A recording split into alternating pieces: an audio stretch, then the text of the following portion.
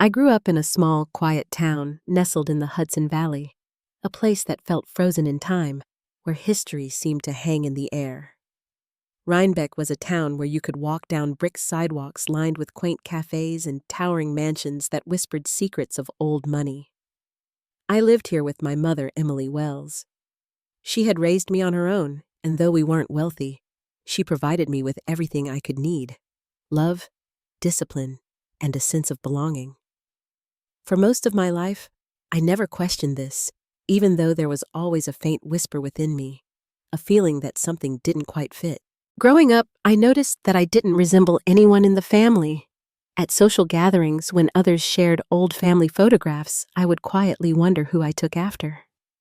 My mother, always calm and reassuring, would brush my hair and tell me not to worry. I believed her, but somewhere deep down, a small voice told me I didn't fully belong. By the time I was 24, I had become a final-year medical student at Columbia University.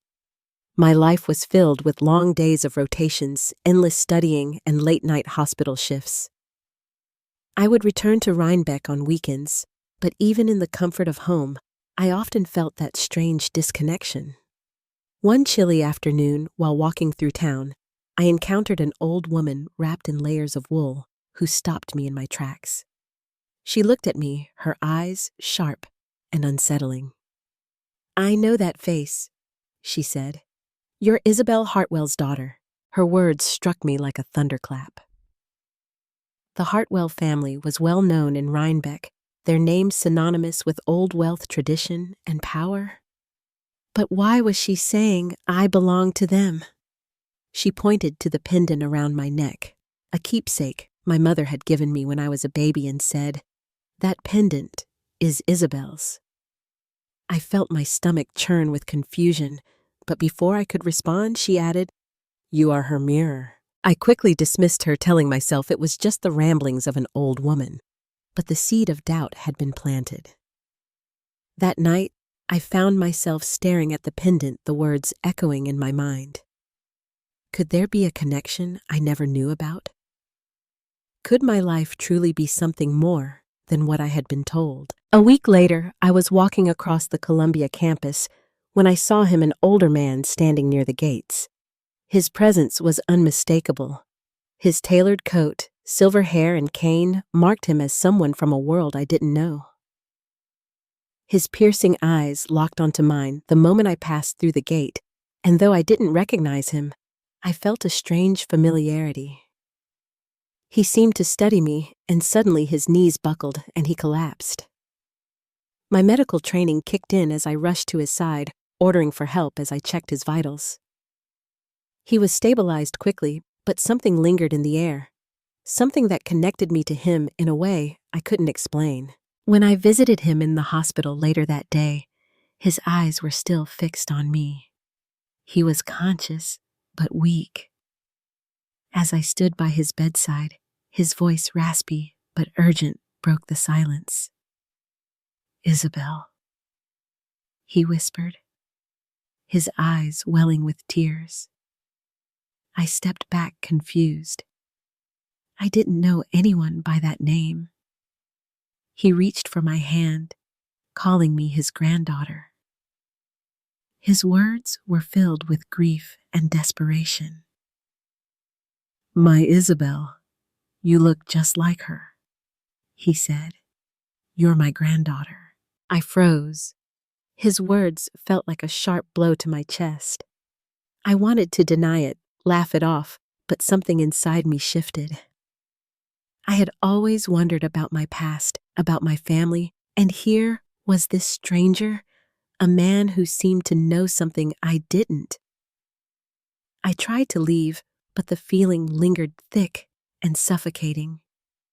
I didn't understand what was happening, but deep inside, I knew the answer would be more than I was ready to face. That night, I told myself it was just confusion, a stress-induced mix-up. But the more I thought about it, the more the pieces of my life seemed to fit together, pieces I had never questioned. The woman on the street, the pendant, and now this man, Edward Hartwell, who claimed I was his granddaughter. It all felt too real to ignore. The next day, I returned to the hospital where my mother Emily was waiting outside Edward's room. The look on her face was unfamiliar, her posture rigid. When she saw me, her eyes were filled with something I couldn't place, fear maybe, or regret. "Why are you here?" I asked, my voice trembling. She hesitated, and then, as if preparing for a confession, she looked at me and said, "Vivian, we need to talk." Edward stirred when he saw my mother, and immediately the tension in the room thickened. "You knew," Edward rasped, his voice full of pain. "You knew, and you kept her from me." I was caught in the middle of a truth I wasn't ready to hear, but there was no escaping it now. My heart raced as I demanded to know what was going on. That was when my mother finally spoke, her voice breaking as she confessed, "Vivian, you're not my biological daughter." The weight of her words hit me like a thunderclap. The world seemed to tilt around me, and for the first time in my life, everything I had believed about myself, about my mother, was in question. She continued, her voice cracking, as she explained, "You were born to Isabel Hartwell. She died the night you were born, and I promised her I would raise you as my own." I stumbled back, unable to process what she was saying. The truth hit me like a flood, and I had no idea how to navigate the waves of emotion crashing over me. I had always thought of Margaret as my mother. She had raised me, loved me, and given me everything.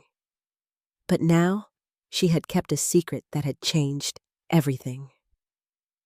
I was a part of the Hartwell family, a family I had never known, never wanted, and I didn't know what to do with that truth. The days that followed were a blur. I couldn't sleep, couldn't eat. The truth my mother had told me reverberated through my mind like an endless echo. I wasn't her biological daughter. The name Hartwell, which had always meant nothing to me, now weighed heavy with the burden of legacy, of expectations of a family I had never known and didn't feel ready to embrace. I had been raised with love, but it was all a lie, or so it seemed. Margaret had protected me, yes, but she had also robbed me of the chance to know the truth, to know my real mother, Isabel, the woman who had died giving me life. Margaret, who had always been my unwavering constant, sat beside me now in the silence of our home, but the weight between us was crushing. She had stolen my right to know who I was, where I came from, and in some ways who I could have been. It wasn't the fact that she had raised me, it was the fact that she had made the decision for me. She'd chosen to keep me from the Hartwell family, and in doing so had robbed me of the chance to truly know my roots. I had hoped for some answers, but instead all I had was more confusion. Why had Margaret kept the truth from me? Why hadn't she told me about Isabel? And how was I supposed to reconcile the life I had built with the truth that had just been handed to me? These questions consumed me even as I returned to my routine, trying to focus on my studies, my patience, the work that had always grounded me. The next time I saw Edward, I was no longer sure what I felt. The pain of his words, the claim that I was his granddaughter, had left me with a sense of loss I couldn't fully explain. I hadn't been able to visit him again since the hospital, but when I received the call, I knew it was time. I couldn't keep running from the truth. As much as I wanted to deny it, as much as I wanted to pretend none of this had happened, I couldn't. The family I'd never known, the family I had always been a part of, was waiting for me. I arrived at the estate that afternoon, standing at the gates of the sprawling property, the Hartwell estate. It was massive, old, steeped in history.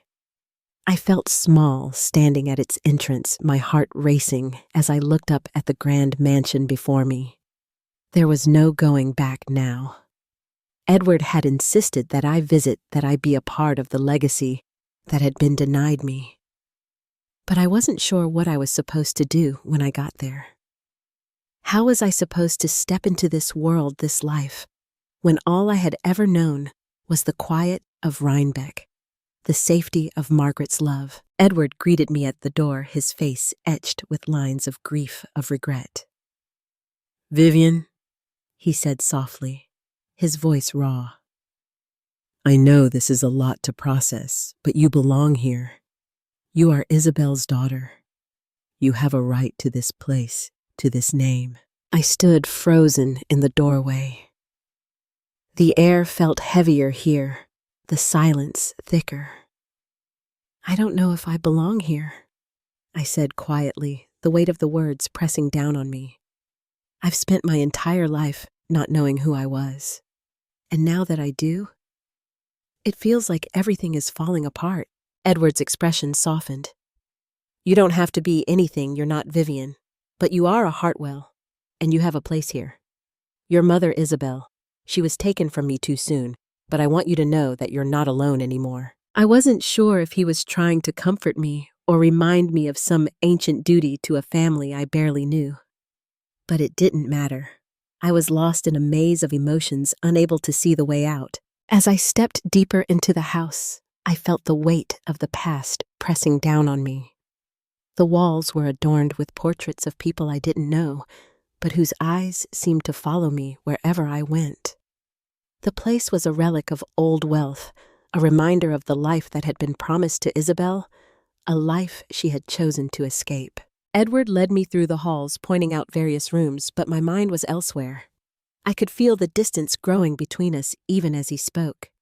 He was a man whose heart had been broken by the choices he'd made, but he was still a man who thought he could fix things with the past. I wasn't sure I wanted to be a part of that past, and yet I couldn't completely walk away. In the evening, we sat down for dinner, the family meal I never had growing up. It was strange to sit across from Edward, a man I had just met, but who claimed to be my grandfather. Tessa, who had been with me when I first learned the truth, sat beside me, her face filled with concern. She had been supportive, but even she couldn't fully understand what I was going through. No one could. As I sat there, my thoughts drifted to Margaret. She had always been my anchor. She had raised me, loved me, given me a life that was simple but rich, with the things that mattered. And now, I was sitting in the Hartwell mansion, surrounded by history and feeling like a stranger in my own skin. The contrast was stark. But it was my reality. Edward reached across the table, his hand trembling slightly. "Vivian," he said, his voice breaking, "I know this is difficult, but I want you to know that you are a part of this family. You don't have to live in the past. You can create a future here. I can give you everything Isabel never had. I can give you the life she dreamed of." His words hung in the air. He was offering me a chance to belong, to be a part of something larger than myself. But I couldn't help feeling the weight of Isabel's sacrifice.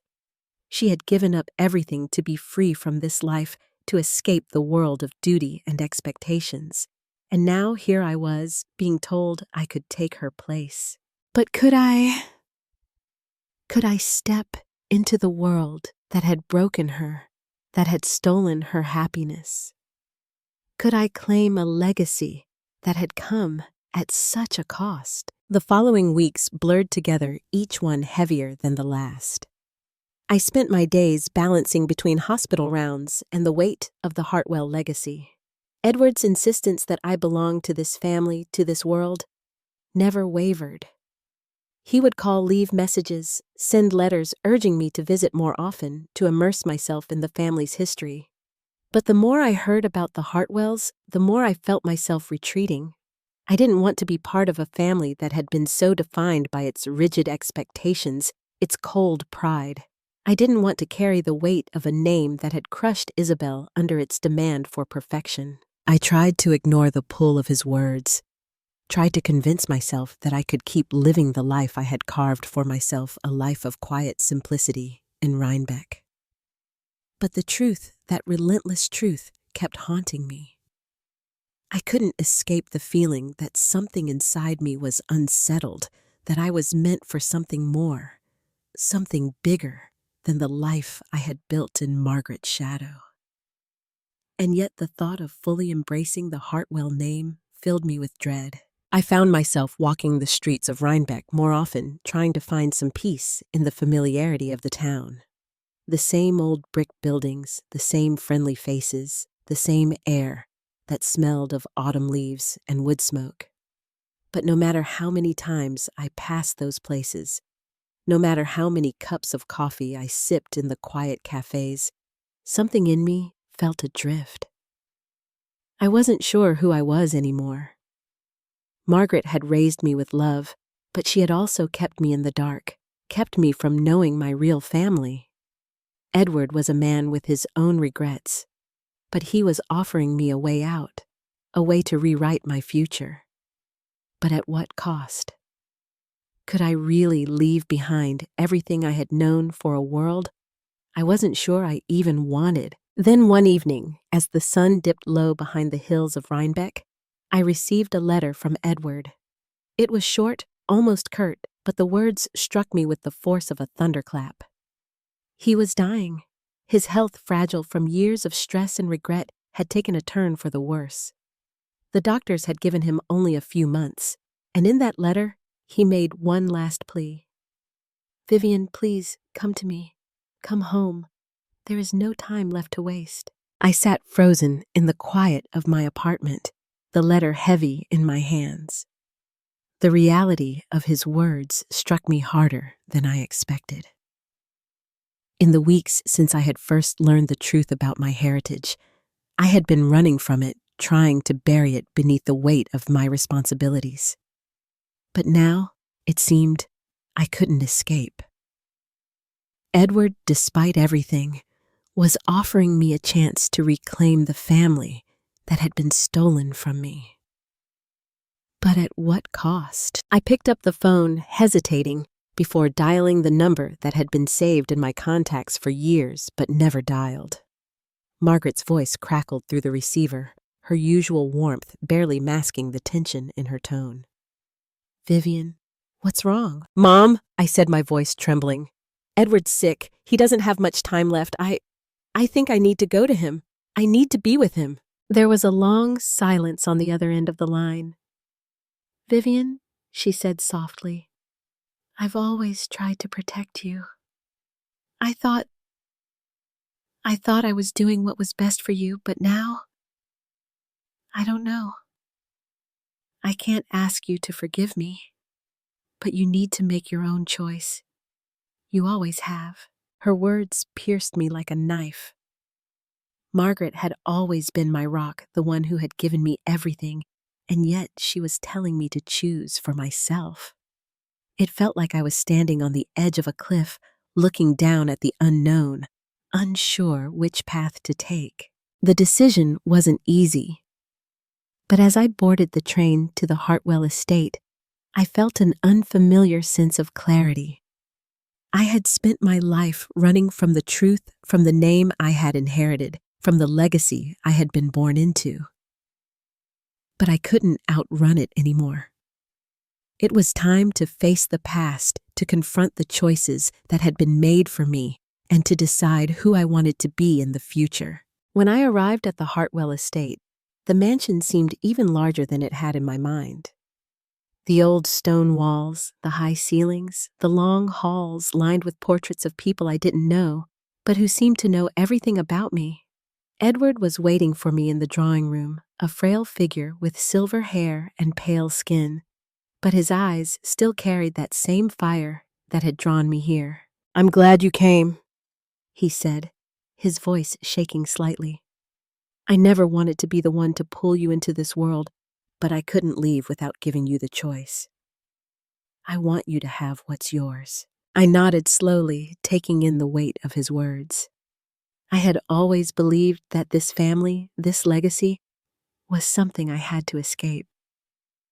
But now, sitting in this room, I realized that it wasn't about the name or the wealth or the property. It was about the connections, the history, the people who had come before me. And no matter how much I tried to distance myself, I couldn't escape it. "You don't have to leave everything behind," Vivian Edwards said, as if reading my thoughts. "You don't have to be anyone else. But you deserve to know who you are, and you deserve the life that Isabel dreamed for you." His words hung in the air, and for the first time in my life, I understood what he was offering. Not just the Hartwell name, but the chance to honor my mother's memory, to carry her spirit forward. I didn't have to choose between Margaret and Edward. I didn't have to choose between my past and my future.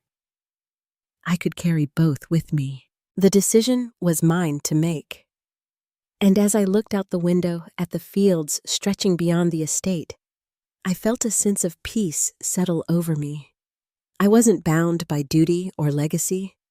I was bound by love, by the people who had shaped me, by the choices I would make for myself. In the days that followed, I spent time at the Hartwell estate, trying to make sense of the new reality I had found myself in.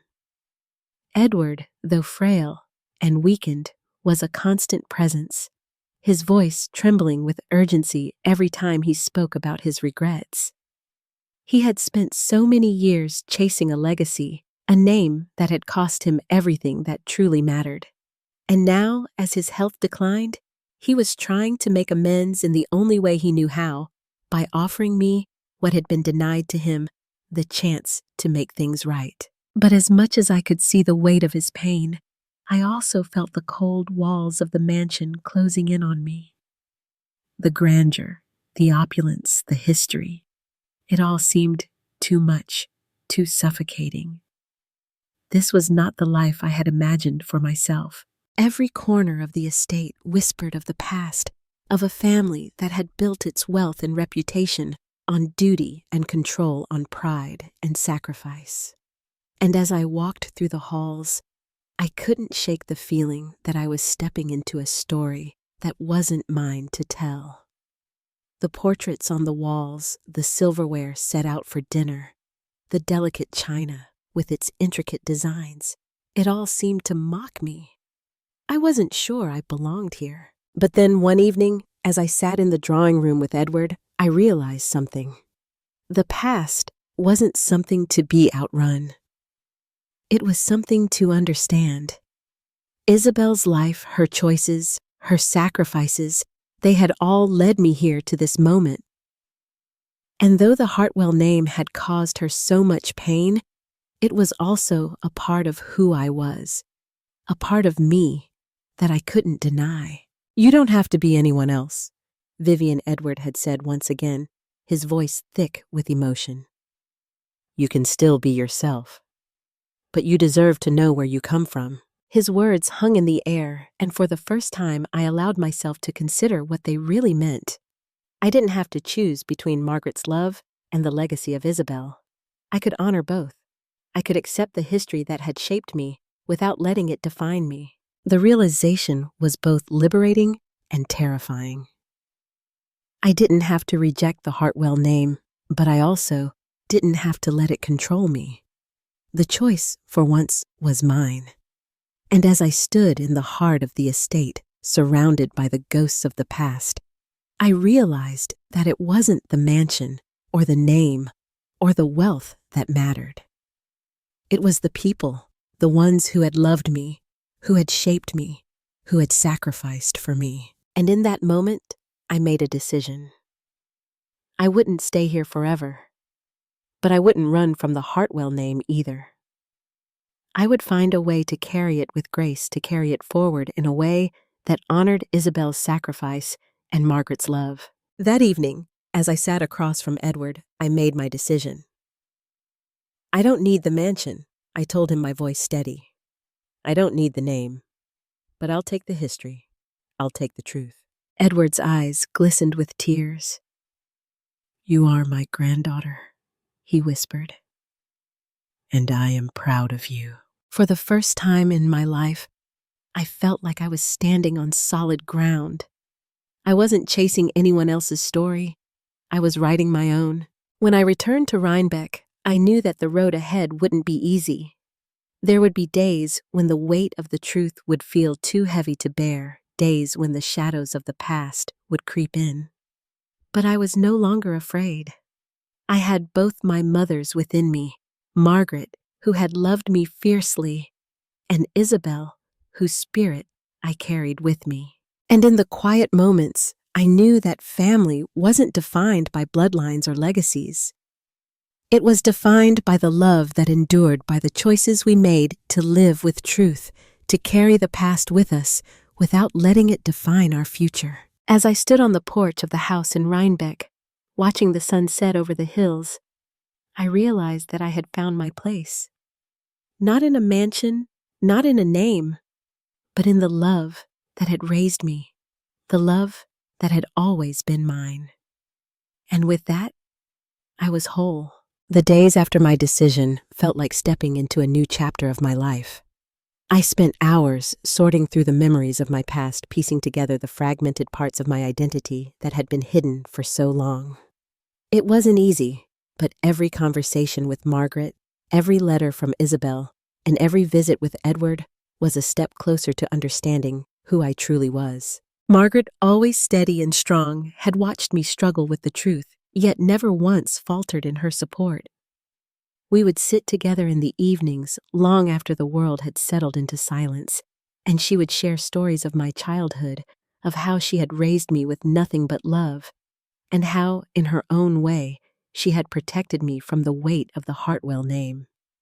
There were moments when her eyes would glisten with unspoken sorrow, and I knew, despite the love she had shown me, that she too had carried the burden of a secret for years. But in those quiet moments, I also realized that the burden she had carried was not just for me, but for herself. She had lost a daughter of her own in Isabel, and in raising me, she had healed the broken parts of her own heart. One evening, I sat with her in the kitchen, the scent of fresh bread filling the air. I placed the old letter from Isabel on the table between us, the yellowed paper that had started everything.